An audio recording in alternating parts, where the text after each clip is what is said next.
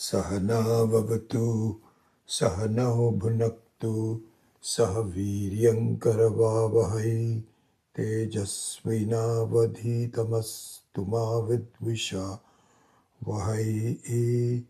Om Shanti Shanti Shanti.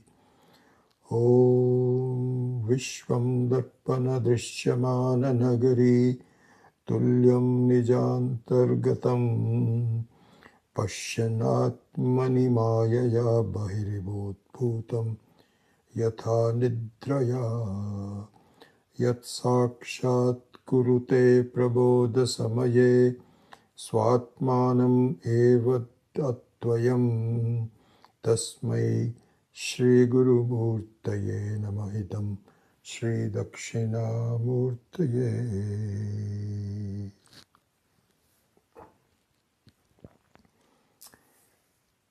All right, let's continue on with our important basic structure of the concepts of Vedanta, and then we will start to embellish it with Shruti Vakyas. And in this tour of the important concepts, tenets of Vedanta, what I'm trying to do, and I hope you can take advantage of that, is to present the Brahma Vidya, Atma Vidya, in both a basic manner and then in it an advanced manner. So, and the reason that I thought I would do that is, as I promised to you, that if you keep a kind of like your own personal booklet and you write everything down, it will help you to construct a orderly way of presenting it to your friends and acquaintances if you wish to teach a class about the overview of Vedanta, and that has to be somewhat on a simpler level. And so this is exactly what we are doing now. And then as we progress, it will become more and more advanced for your own knowledge and your own understanding. And so it's kind of like a two-dimensional thing that I'm keeping in mind as I'm presenting that. So where we had talked about, as a very quick revision, was the uniqueness of Advaita Vedanta. What is it exactly saying? How is that different? Even if it is not different, doesn't matter. But what is its basic teaching? So we saw that the Vedanta presents the issue of our looking for a sense of completeness and never finding it. Never finding it. Even if you believe in life after death, if you don't believe in life after death, there's only a single life, as many of the other schools of thought do, such as Christianity and also the Islam. So very interesting, because in both of those cases,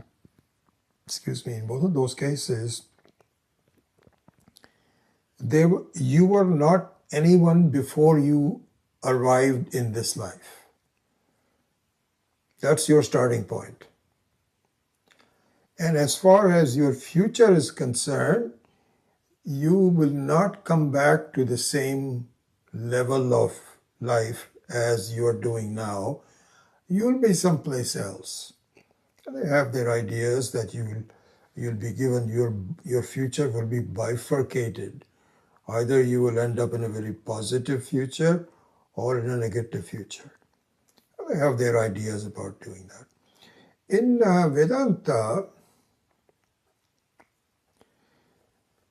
there was we will go into this in more detail.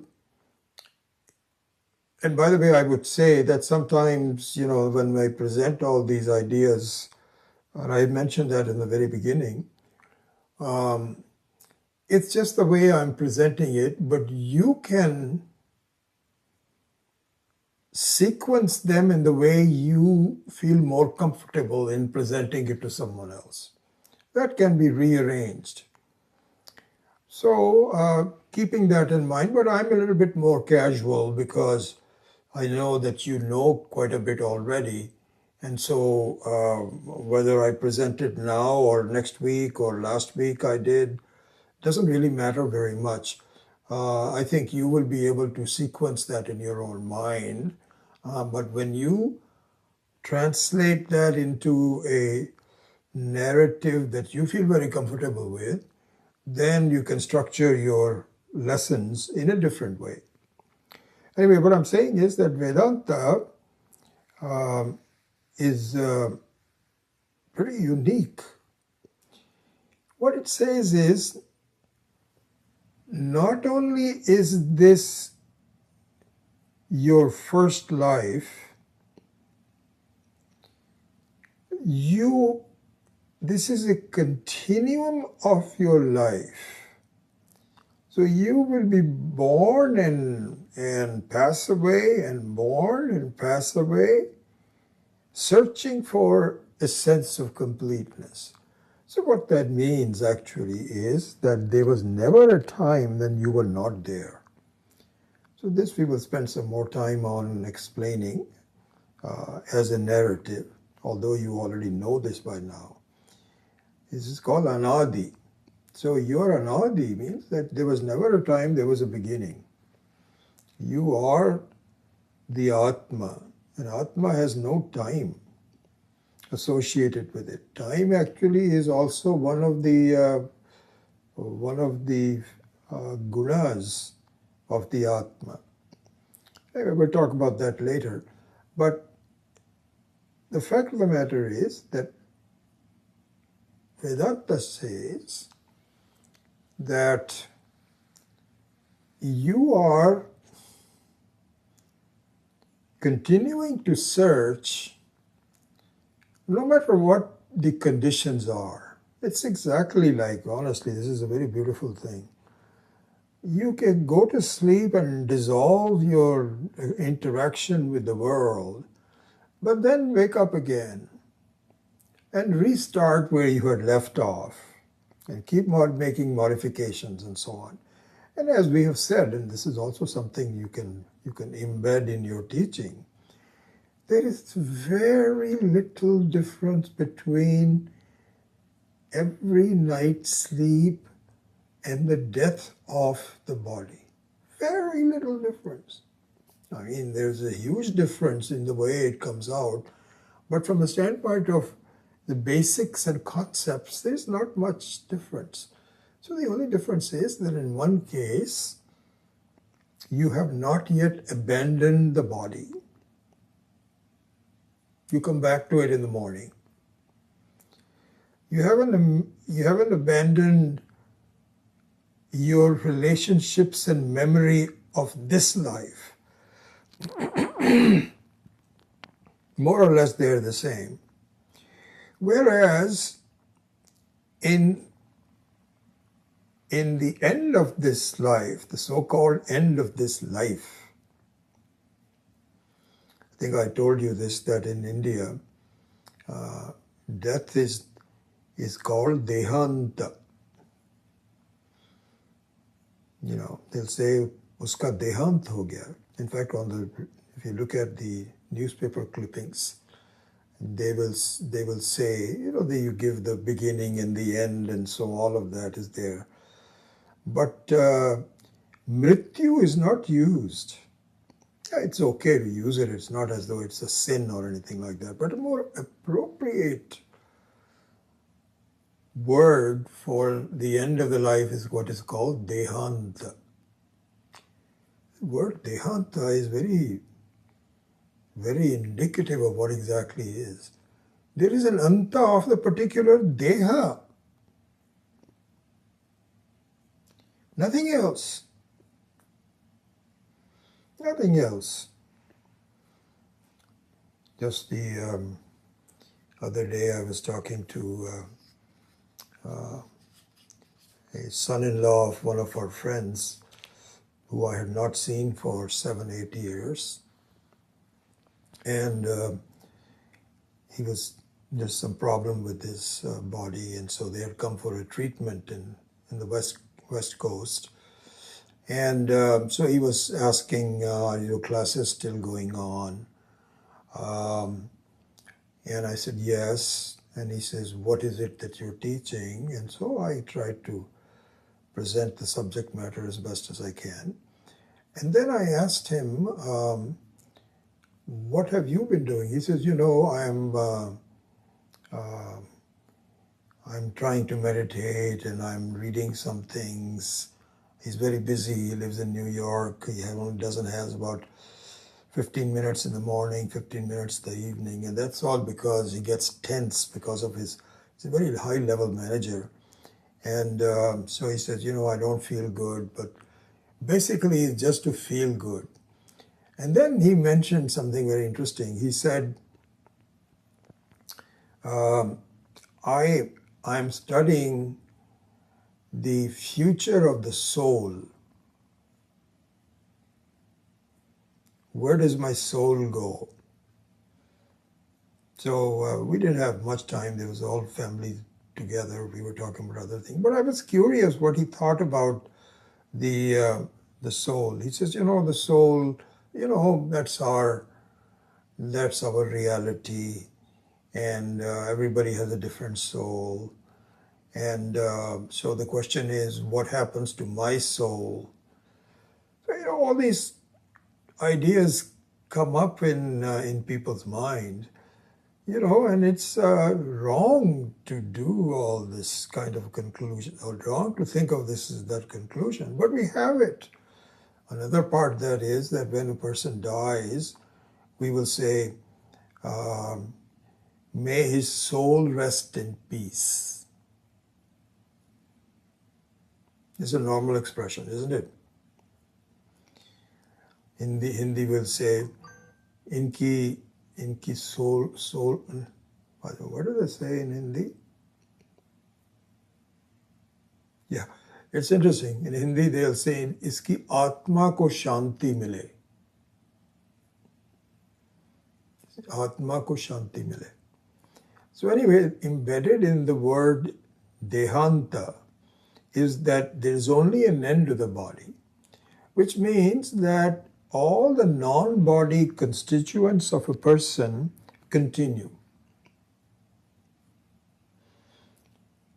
They are not properly understood. That yes, the mind, Sukshma Sharira, continues because that's where the self-identity is. This is who I am. I'm a good person. I'm making a mistake. I'm happy, I'm unhappy. All these are parts of the mind. And somehow the thinking is that my soul is different from it. And so even though this is better than average person, the fact of the matter is there's only one soul. If you're talking about a soul, that soul is really only one soul, which is the Atma, which is the same soul for all of us. And the same soul that it's kind of like the water of the ocean. All waves have the same water. They don't have different waters, just same water. And so the only thing that happens is that a particular wave may dissolve. I mean, it's not a perfect example, but a close example would be that a wave may dissolve, become one with the water, but its self-identity propels it to become another wave. This is where the limitation of the example is. It's called drishtanta in Sanskrit. Drishtanta means an example. Dashtanta is what is exemplified. And what is exemplified in this example of the ocean water is there's only one water. But there is the water is Chit Swarupa. It is like if the water had consciousness, then it is possible that a historical wave that is born and dissipated again and come up again can have a separate identity for a while. And it comes up because that search for completeness has not been answered yet for that person. And so, anyway, so what we were saying is that in this so-called reincarnation, it is the same person. Until the same person also, you can call that person a soul. That's very possible. I will grant that. But even when it calls itself a separate soul, it is non-different from the one and only Atma. And so that it doesn't understand. So going back to exactly how we were constructing this whole thing was that we are all searching for a sense of completion, moksha, sense of I'm done. We're all doing that, but not finding it anywhere for a while. We'll find it. If everybody will find it, no question about that. It's a question of how long it will keep delay. And it's a question of whether the paraphernalia of the body will continue long enough for me to understand that. If it doesn't happen, the search of the person will continue. And this has been going on from the very beginning. There's no beginning actually. Even those words don't mean anything. There's no beginning. When you say from the beginning, there is no beginning. That's the way it is. You and I have always been there in one form or the other. So if that's the case, if this is our situation, the question is, why don't I know who I am? What my reality is? So we saw in the last class, it is because I'm making a mistake by concluding I am different from what I am. In other words, to restate that, I don't feel complete. So I feel something missing with me. My mind tells me you're not completely happy. And so I keep changing. And one day I feel that suddenly I will have a mind that will be totally satisfied. And that's the sense that I'm seeking. But it's a mistake. Why? Because the mind itself is limited. And as long as I'm seeking limitedness, an extensive limitedness, a bigger limitedness, I'm never going to find myself. So somehow the sense of completeness by doing yoga or bhakti or what have you, you are passing the buck. You're what does it say? They kick the can forward. None of them will work, according to Vedanta. Then the question is, if that's the case, then what is the issue? How do I find sense of completeness? It's a very interesting thing. I cannot find it, and I cannot give up the sense of completeness. So there the Vedanta says, it is because you are already complete, but you don't understand it. It's a big difference. You cannot do anything to reach yourself. You are what you are, but somehow you have a You're missing something about yourself that makes you keep on doing things. And the examples given as we went through last couple of weeks is that you have some bunch of keys, or you have your cell phone or your credit card or something, but you think you have lost it when you in fact haven't lost it. It's around there somewhere. So it's something like this. It's called praptasya prapti. So now a valid doubt and very important doubt can be raised at this point. They say, okay, I understand what you're giving by the examples, but there you're talking about something that you possess that you have lost. Keys, cell phone, credit card, whatever. Okay? That is connected to you. You are the owner of that, likely to be the owner of that.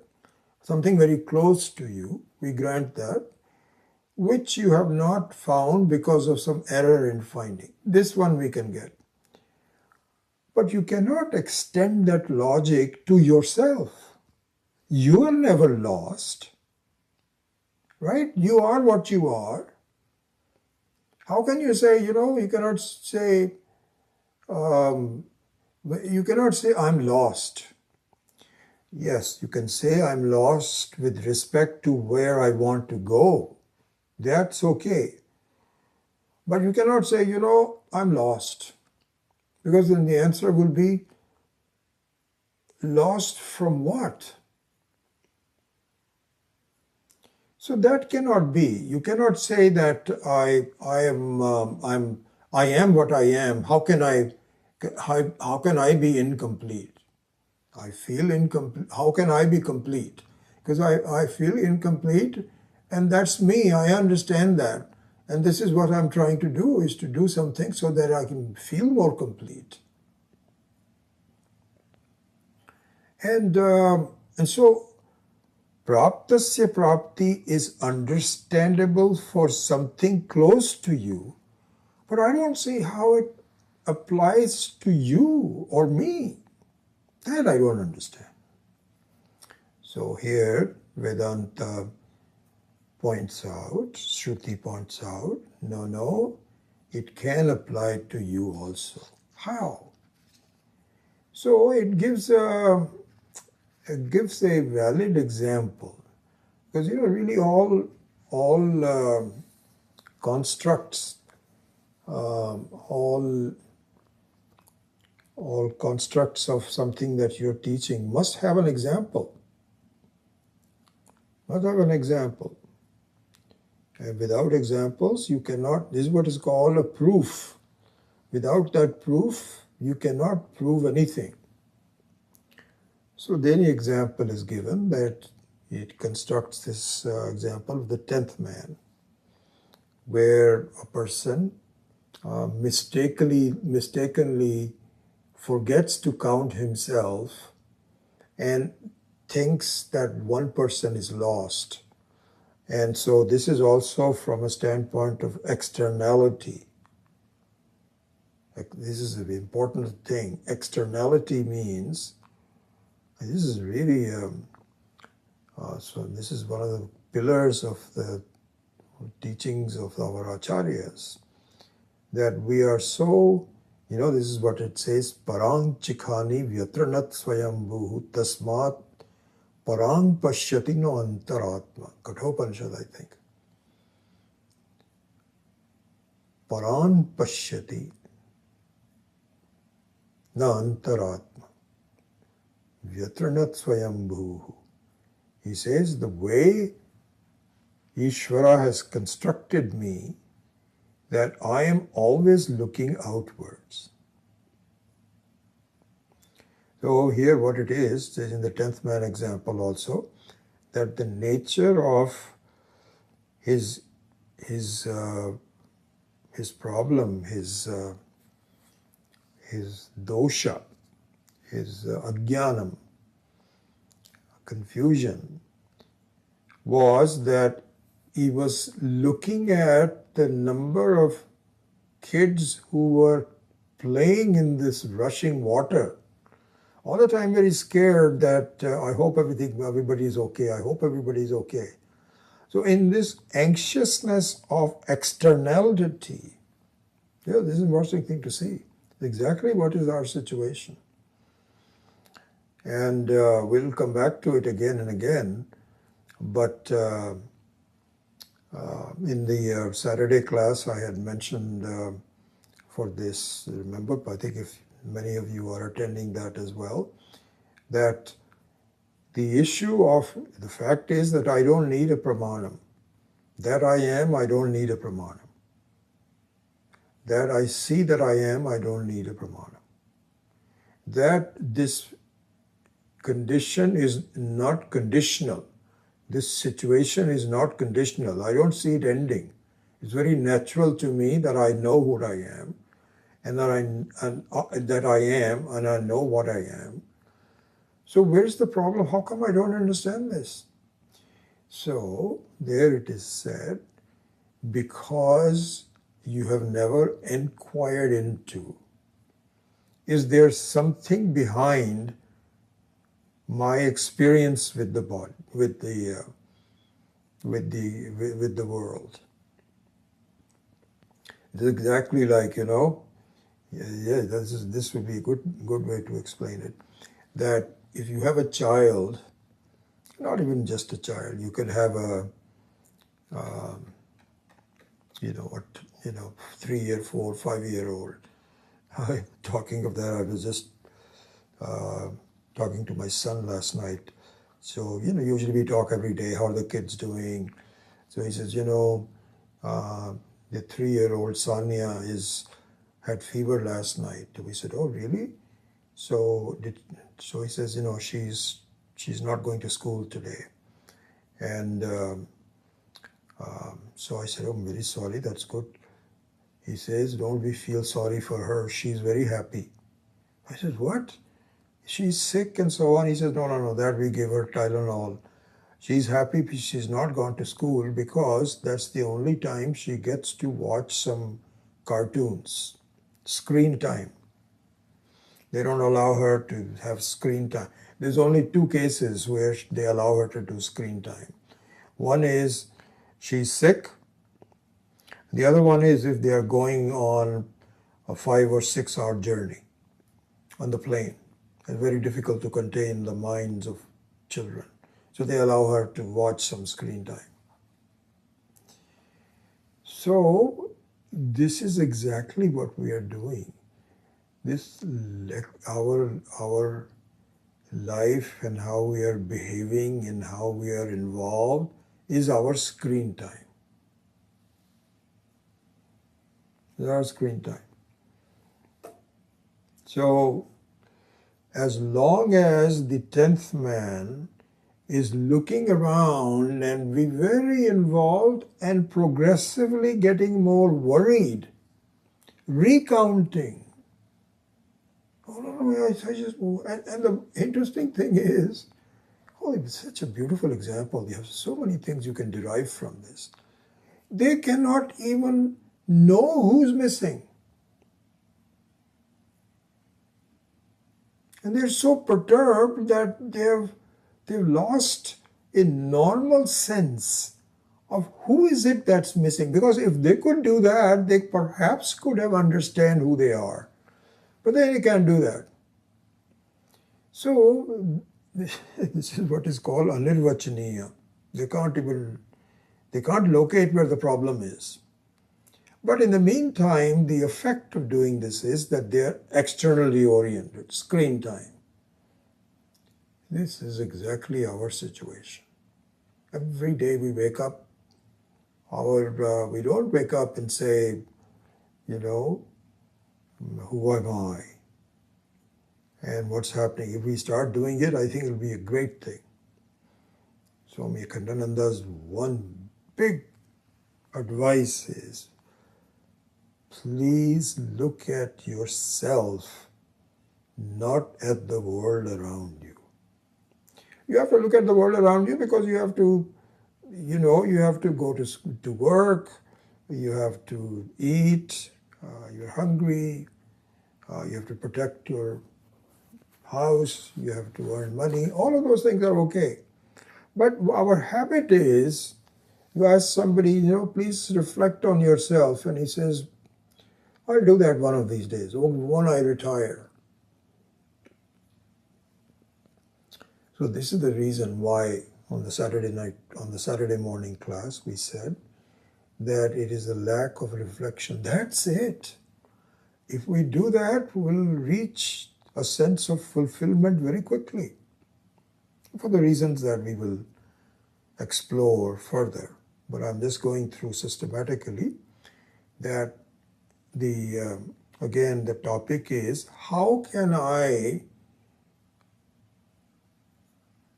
who's a complete person, lose myself?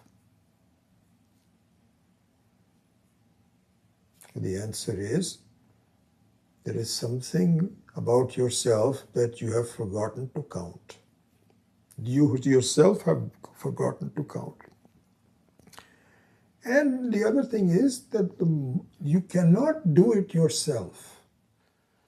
Once you have concluded that the 10th person is somewhere outside, isn't it natural that the more you search, the less you're likely to find? Sorry? Absolutely. The more you search. And so this is what happens in our life, that we have an attempt to feel complete by doing a number of things. This is what's called Artha Kama Dharma.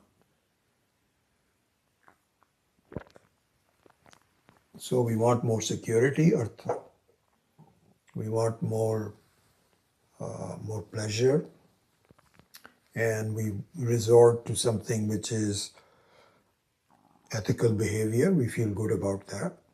So by this is all externality. Artha Kama Dharma is all externality. Moksha is more than that. So anyway, that's the thing. There is something about yourself that you have forgotten to count.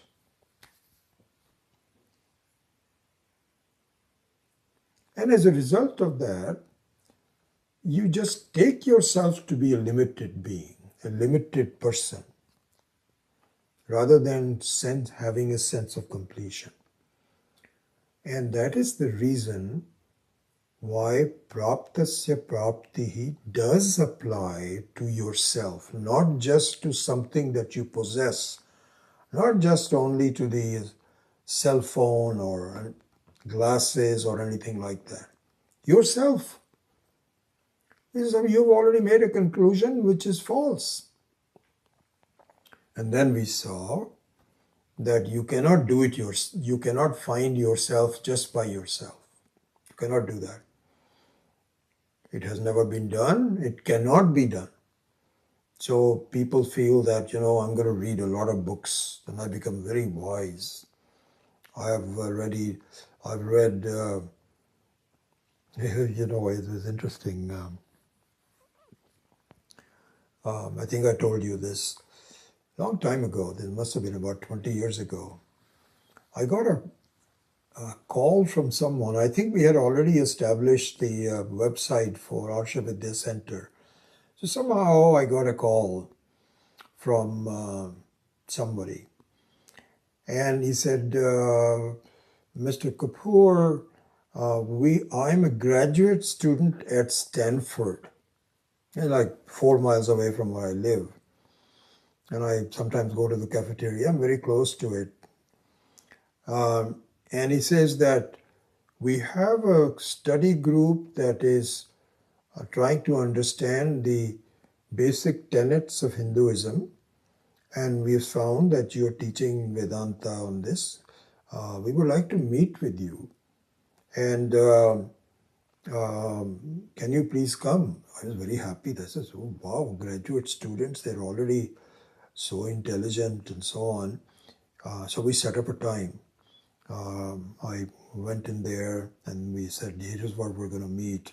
So I had asked them, how many people are you expecting? They said, maybe a dozen, maybe 10 to 15, something like that. So we said, okay, good, good, that sounds very good.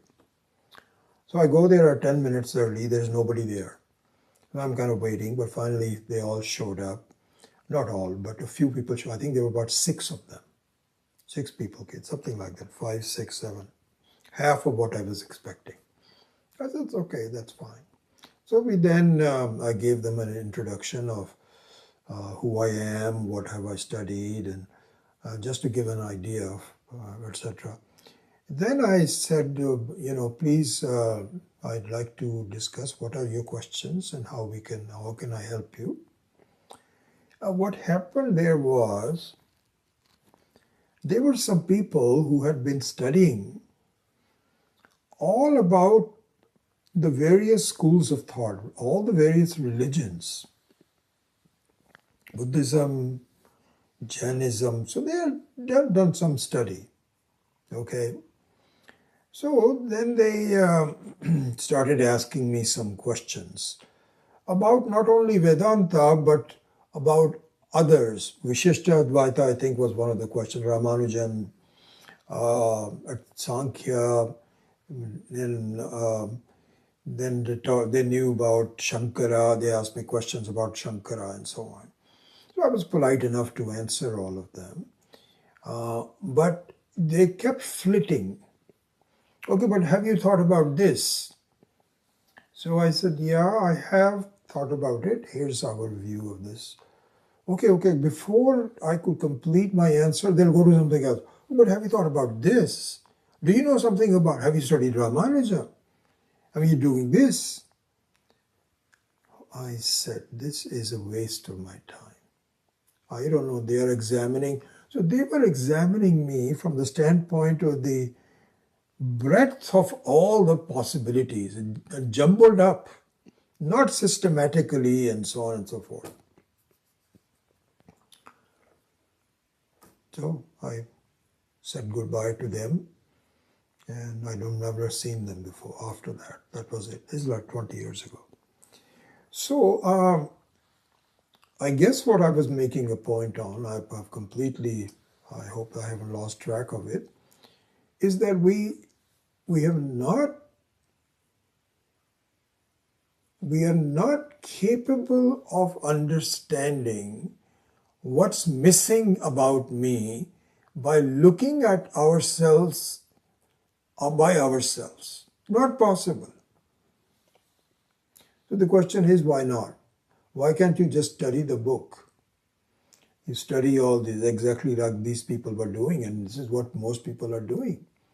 That you feel I'm now very educated. I've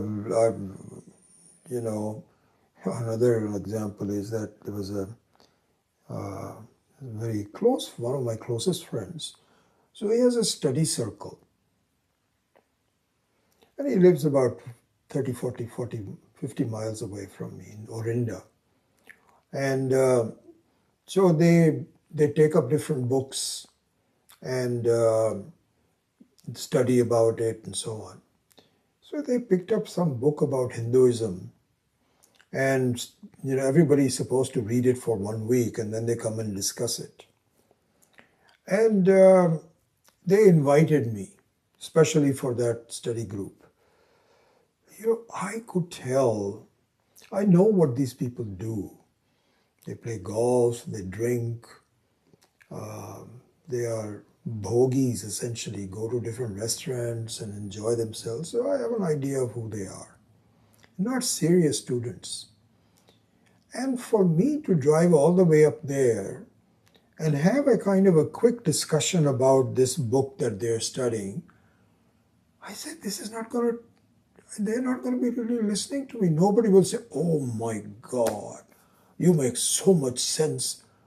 I want to attend your classes, which I find sometimes people do, but they never show up. So I used to spend some time introducing myself to the new people. Sometimes they'll say, what do you do? So I introduce myself. And I used to be excited. Good, I found somebody new. Doesn't happen. So my point is that what is missing for the 10th person? So this is exactly externality. Let's read some books. And the books will show you. And you read some good books that you are the Atma. There will be a lot of Bhagavad Gita and so on. Do you think they transform themselves just by reading this? Whether they are in a university or they have a genuine interest in it, but they don't find anybody, no one to look into it. Just I do it on my own. Biggest problem. Why is that a biggest problem? Why do you say that they cannot just look at? Because it says the same thing that we are studying. Here's the Atma and here is the Anatma. Anatma keeps on changing and then it has to depend on the Atma. They see the same thing. That should really free them from the sense of limitation, but it doesn't. Why is that? How can you say that? You know, this is a very important thing to see. It doesn't work because, you know why it doesn't work? Why everybody, even though they are sincere in looking at it, but they don't go to a guru. Why it doesn't work? It is because their self-identity, I would say it this way, their search for self-identity stems from a sense of jivatvam. See, this is, I hope I can communicate this.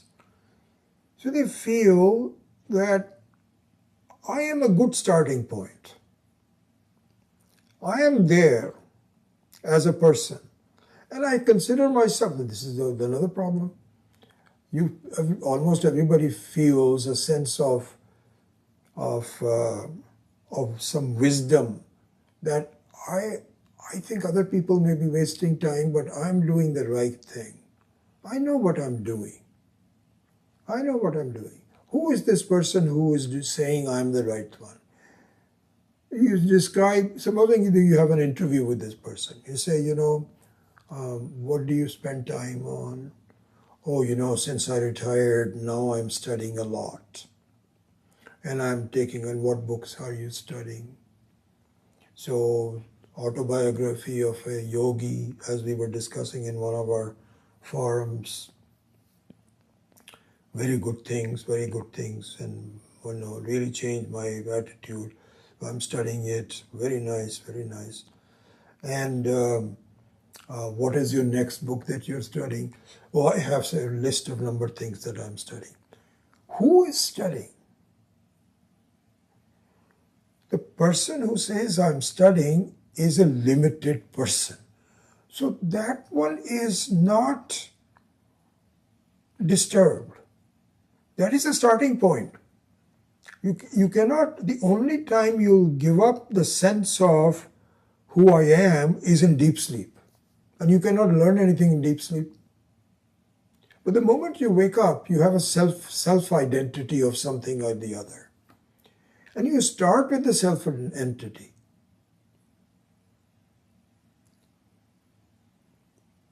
This is the problem. You cannot do that. This is, by doing that, you will say, it's like, on the 10th man example, although not a perfect example, if this person says, but have you looked at yourself? He says, don't tell me. You're just making, you're just professing something to me. Have you looked at yourself? Of course I've been looking at myself. I am the searcher. Don't you know that I'm the searcher? Of course I'm looking at it. I am looking to see where is that person. If you cannot help me, please go away. So there the answer is, wait. Do not, just listen to me. Do you know who you are? You are the 10th person. you did not even count yourself. So this vidya has to come externally. That's all the point that I'm making.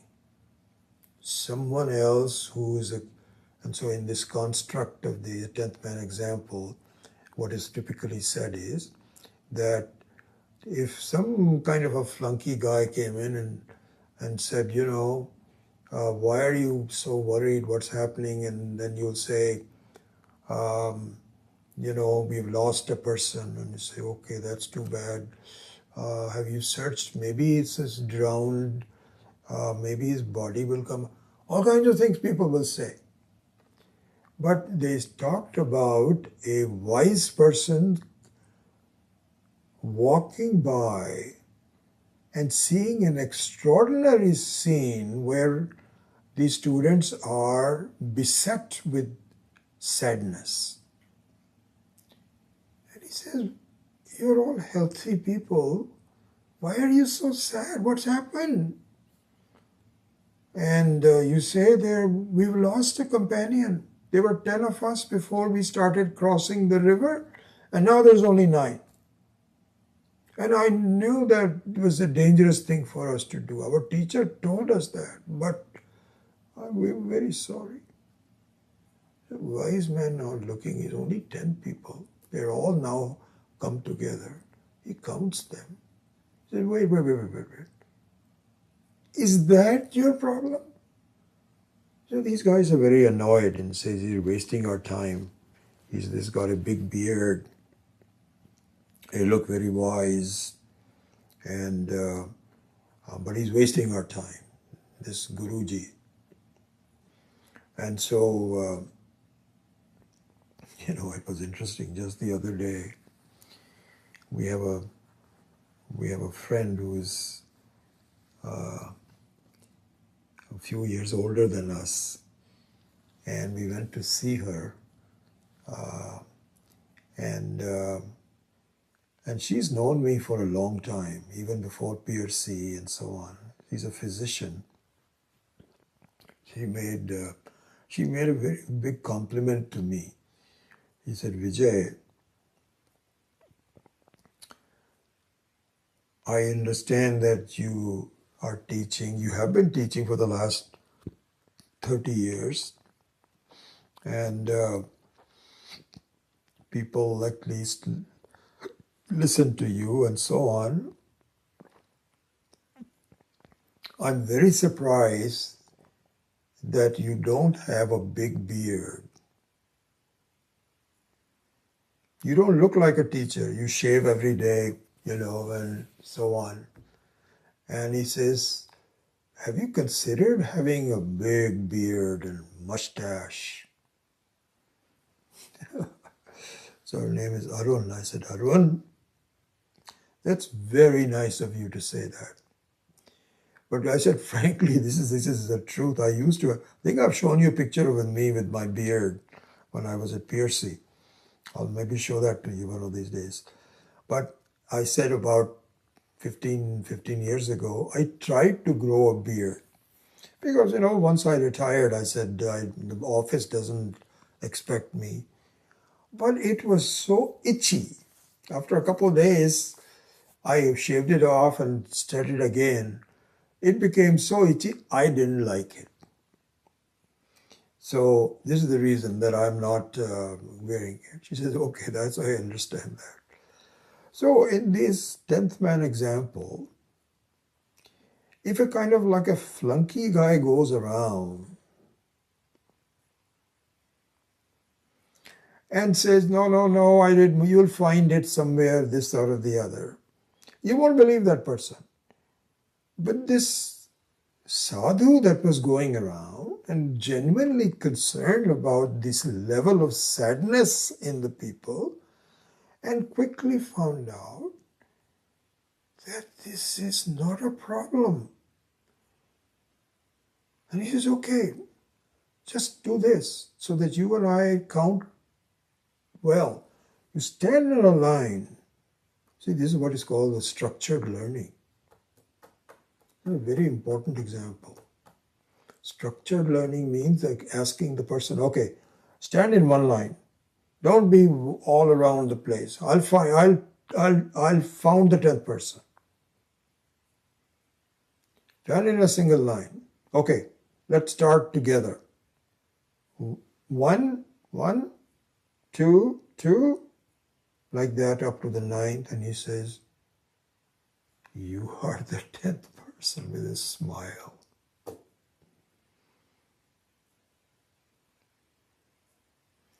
So this is exactly the teaching of the Bhagavad Gita, where the first chapter is, of course,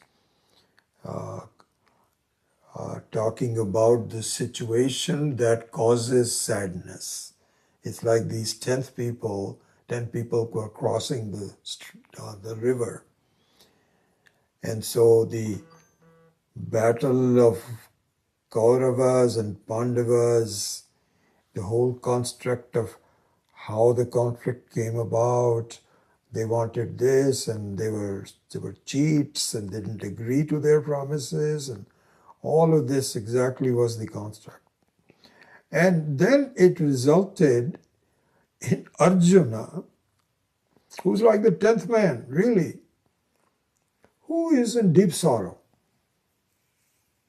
And the battle preparations are going on, and there's a lot of stuff happening and so on. And in the middle of this person says, I don't feel happy. This is not what I want to do in life. And so Krishna says, listen. Why do you feel unhappy? So he gives all the examples. It's my friends, my teachers, my elders. I don't want to fight them. Either they will get killed or I would get, and either of the outcomes is not. So Krishna explains to me, he says, wait. That's your problem? That somebody will be killed and somebody, etc. Is that what it is? So Arjuna says, don't you think that's a huge problem? What else do you want me to do? So Krishna says, that is not a problem. You are constructing a problem which is not existent. If it was there, we would. So this is exactly what it is. That if you start looking for somebody, you think there is a solution in looking for myself and finding it. You are the 10th person. You are the Atma. You are the Atma. You are a complete person. And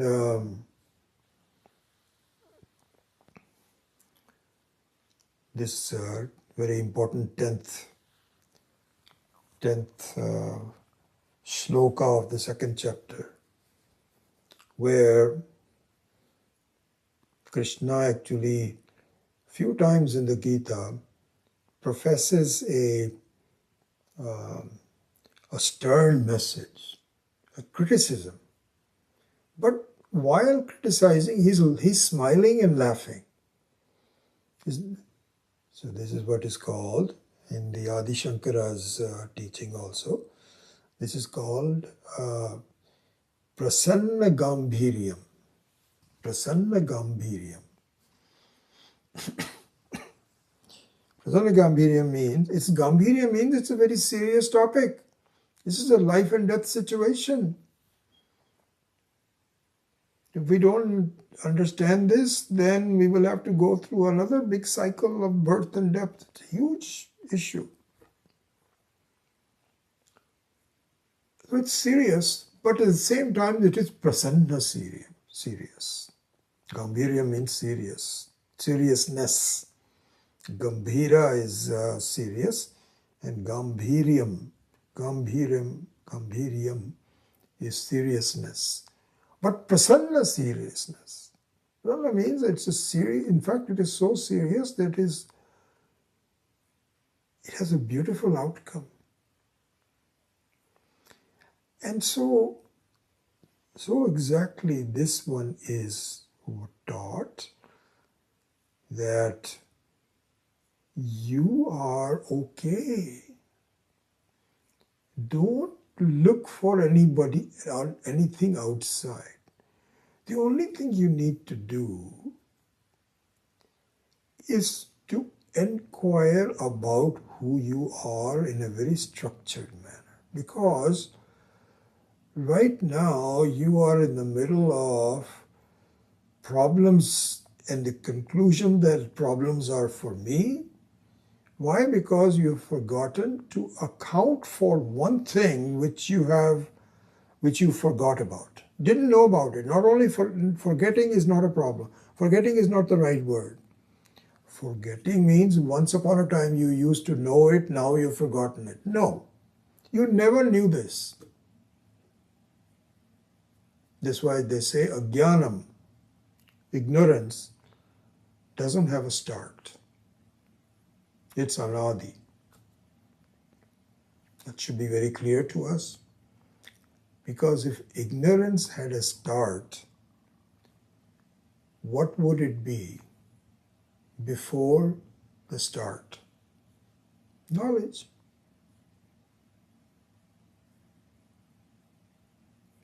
So ignorance doesn't start. It has always been there. It ends, but it does not have a start. So you never knew that you are the complete person. And what Vedanta does is to find a guru for you. This is where your shraddha towards the guru is important. Because you have to assume that this person is respectable enough in your mind that you are willing to listen to that person. And in that assertion, your sense of search as a limited person, as we said before, this is the reason why reading books, etc. doesn't work, is intact. Because you're finding yourself. But you're starting with a sense of limitation, which is not which cannot go except for deep sleep. It will never go. So you're starting with a sense of limitation. You cannot become infinite by the sense of limitation. Not possible. The only thing that will happen is that the guru comes in and says, "What are you doing? You are not a limited person." And the strength of those words, the strength of that personality is capable of penetrating your mind. You will now abandon. You are capable. It's a possibility, but even then it may not happen. This is where what is it? Pranipatena pratipashnena sevaya in Gita. I forget that verse. And so he says that's where a sense of shraddha comes in, where you're willing to listen. Only listening. That's it. If I write letters to you, they won't really, because you know what, your letter is, you'll be there and says, okay, I'll study it later. Or something gets interrupted. But this is Shravanam. This is, only Shravanam removes this. What does it remove? A sense of complete, it removes a sense of incompleteness. By pointing out, don't you see, you are not incomplete, you are okay. So this is how the teaching progresses in Vedanta.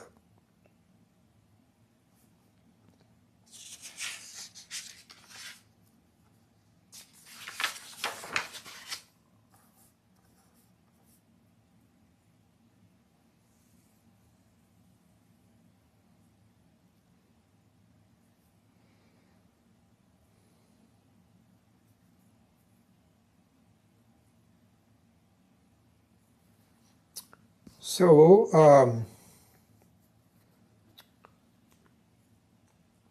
it is then the next thing to look at is one of the tenets of Vedanta is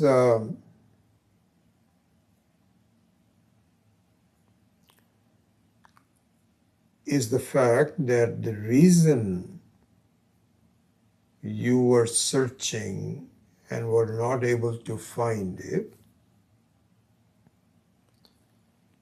is because of the nature of truth. Nature of truth, what do you mean by that? It's called Sat, the Satyam or Sat. What is it? You have to define that first. You have to understand the meaning of the word Sat. You have to understand there is something called Sat. And you don't take yourself to be the Sat. You don't understand anything about the Sat or not Sat. This is the reason why you have a sense of limitation. Really? So tell me about what Sat is. Okay. So again, I'm just going through, this by all this, that there is there are three possibilities. One is what is called Sat. And the definition of Sat is one which is independently true without any conditions. Uninhibited by anywhere, anytime, under any condition, not dependent on anything, that alone can be Sat. So let's at least construct that. That is what is called the truth. It's not relative truth. It's not conditional truth. It is truth. This is what is called, I think we talked about Brahman. It's a noun, means big. So this is one thing. Then a complete lack of Sat is called Asat, or also called Tucham. And we saw that it was square circle, not possible. And then we have a lot of in-between. Sat, Asat, Bhyam, Anirvachaniyam, Mithya, where it is conditionally true only. Just leave it at that for now. That's why it is called not Sat. It is called something in between them. It's called Mithya. We have a special word for it. Mithya means that it is neither Sat nor Asat. Why is it not Asat? Because it appears to be there.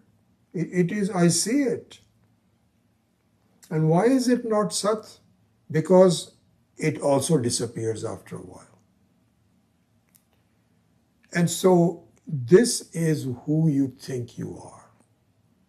You have taken to be yourself to be, because you know you are not Sat. I mean, that's who you think, not that you know.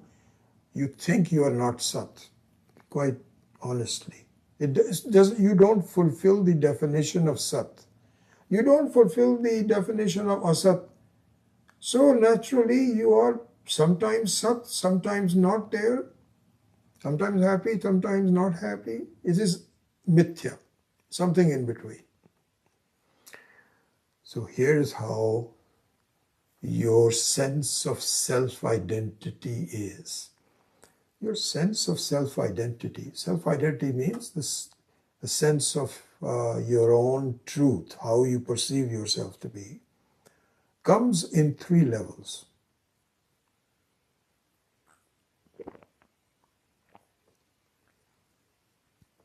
Okay?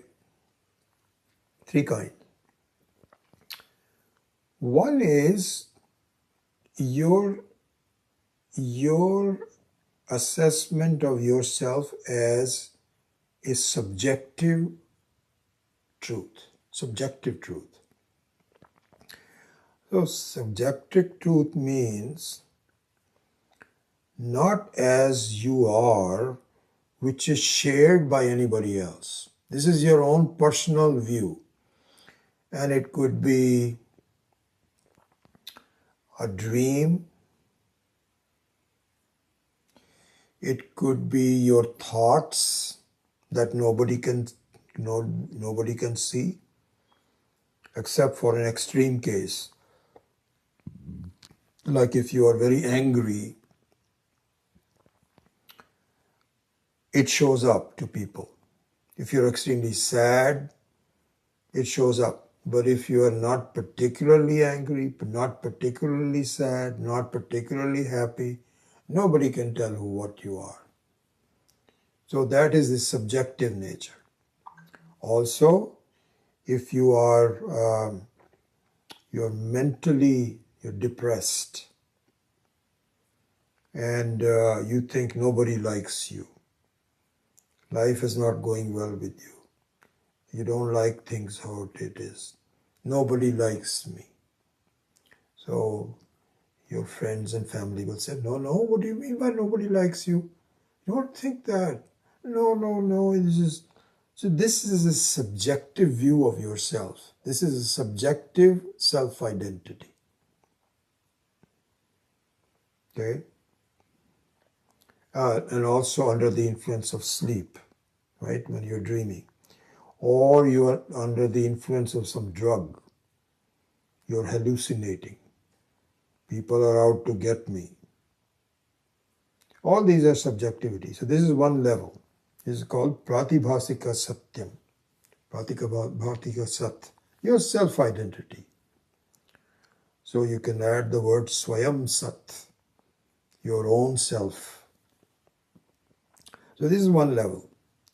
The next level is what is called objective truth about yourself. Objective view means it's called Vyavaharika Sat. It means what you see about yourself, others also see the same. Well, you see your own body, and others see the same body. But in this objective reality, there can be some subjectivity. Like, for example, right now, you can't tell what my thoughts are. I just close my eyes, I think. You cannot tell. So even though it is primarily Vyavaharika Sat, but in between, it is embedded in it is some subjectivity, which is okay. But primarily, when we wake up, it is objective truth about yourself.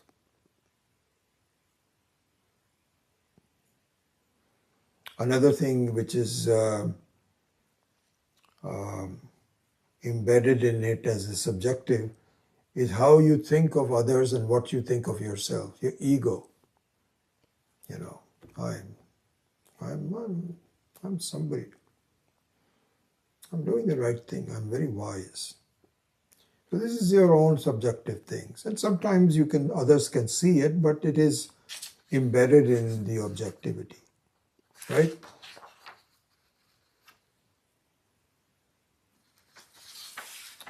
All right. So, and this is where our identity rests. We are quite understandable about ourselves that we are both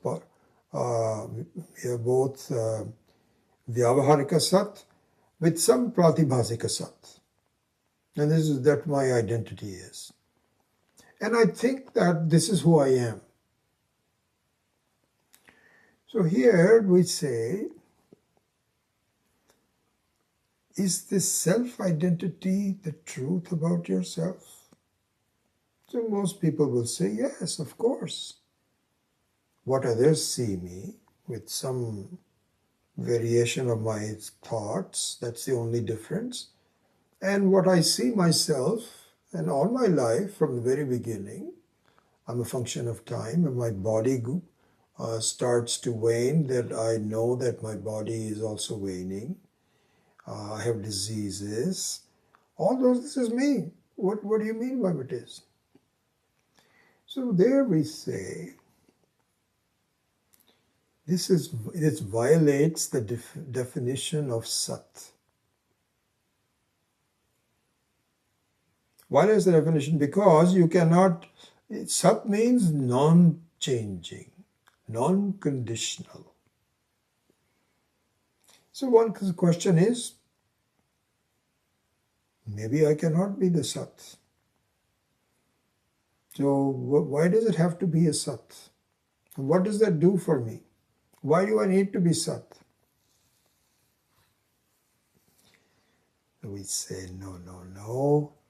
Let us examine the truth. The truth is, you are the Sat, but you do not know it. Satyam is the very basis of the whole creation. Astiti eva upalabhyate. Ghata is, pata is. Our basic experience is because things are endowed with is.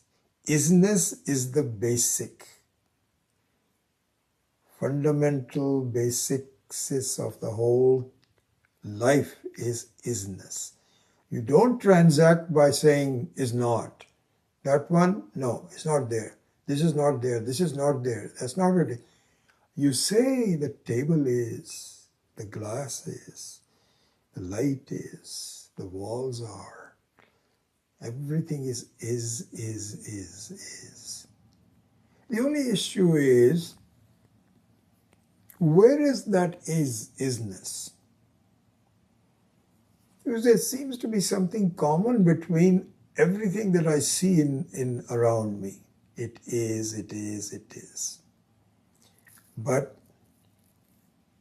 Vyavahara violates the very sense of Sat. Why? Because it is time bound, it is space bound, it's changing with respect to everything.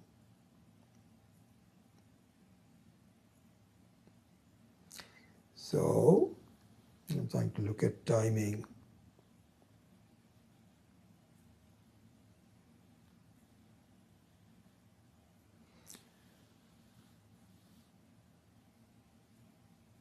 In fact, the entire experience in our life, without fail, is imbued with a sense of isness. It may be bad in business, troubles are, but they are. The isness is the common thing in our life. Don't we see that? But it is the Sat isness which is not in me is the issue. That is the problem. It is there, but it is not my experience that I always am. So this is where the teaching explains this is a mistake. You are the isness. But because of your externality, as in the 10th man example, you don't understand that you are the 10th person. You are the isness.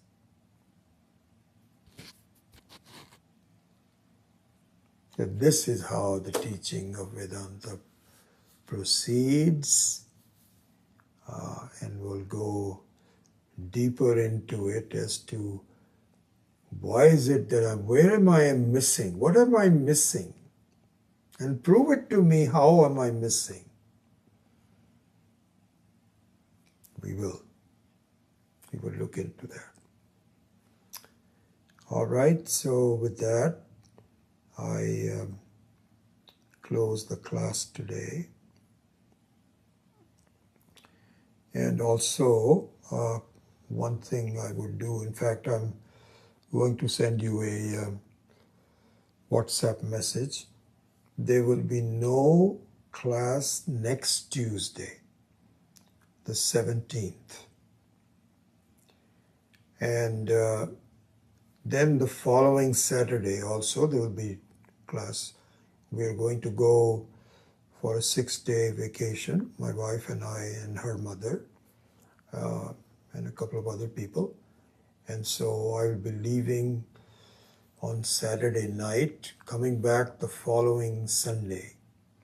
Anyway, I will write it down on WhatsApp, but just for your information, there will be no next Tuesday class. So we'll meet 2 weeks from today. All right.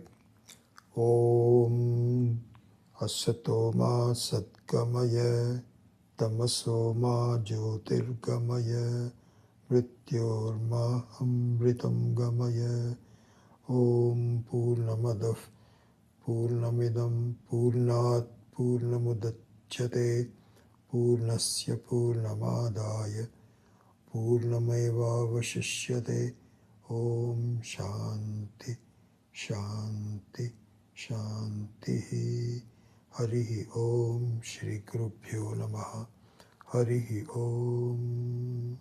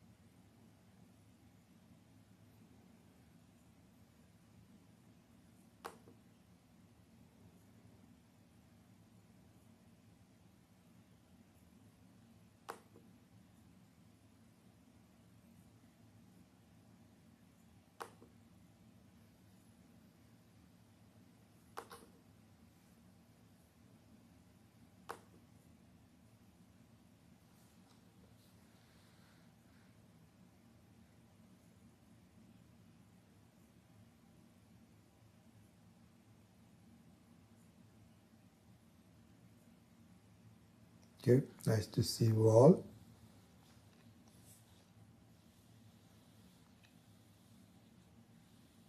Hope all is well with you, and I will hopefully see you the next Saturday class, but not the next Tuesday class. Anyway, I'll send you an updated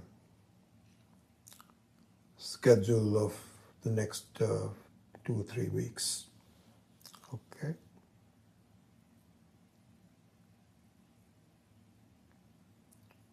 So hope you're kind of making a notes for yourself as we go along as a way of structuring this. And if you have any questions, any suggestions about that, please let me know. Okay, all the best. Hari Om.